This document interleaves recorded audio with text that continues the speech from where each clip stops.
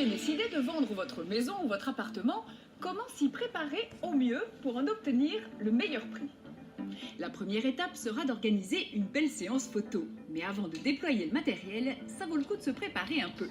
Pour ça, on a demandé des conseils à Evelyne, qui a prodigué son art du homestaging dans cette maison de ville.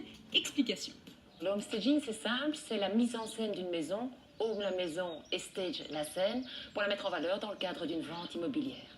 Le plus gros du travail, c'est désencombrer. Enlever les objets qui sont sur les armoires, dans les armoires, parce que si la pièce paraît petite, surencombrée, le bien paraîtra petit et on achète rarement pour plus petit.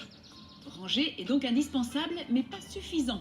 Il faut aussi dépersonnaliser l'habitation pour que l'acheteur potentiel puisse s'y projeter. C'est là que l'œil aiguisé du homestager peut aider. Ici, Evelyne a même participé au rangement dans des cartons pour aider les propriétaires à se détacher de leur environnement personnel.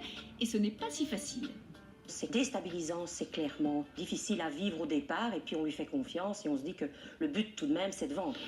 Transformer son bien pour le vendre au meilleur prix grâce au homestaging, ce serait pas un peu triché, ça? Est-ce qu'en se maquillant ou en se rasant, on triche? On fait un effort de présentation pour un beau rendez-vous, celui de la vente de sa maison. Une fois cette étape de préparation terminée, vous êtes prêt pour prendre les photos qui vous permettront de présenter votre bien sous son plus beau profil. Et là, c'est le moment de se poser la grande question, quelle est la valeur de ma maison? On en parle avec le notaire Sébastien Dupuis. Il faut bien se renseigner parce que souvent il y a la valeur affective au niveau de la maison. On est persuadé que sa maison vaut beaucoup d'argent et en réalité elle ne vaut malheureusement pas tout ça. Il y a la valeur de marché, il faut se renseigner dessus. Si le prix de départ est trop élevé, l'effet d'annonce de l'arrivée du bien sur le marché sera perdu et il faudra probablement plus de temps pour trouver un acquéreur, même si le prix a baissé. Alors, un bon conseil, allez voir votre notaire pour 2 raisons. Il pourra vous donner une bonne idée de la valeur de marché plutôt que la valeur affective.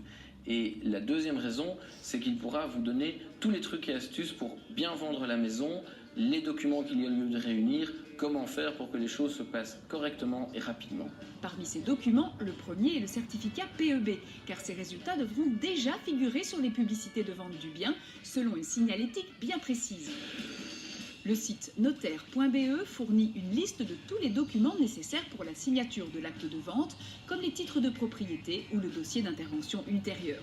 Avec ces préparatifs, vous êtes fin prêt pour vendre votre appartement ou votre maison dans les meilleures conditions.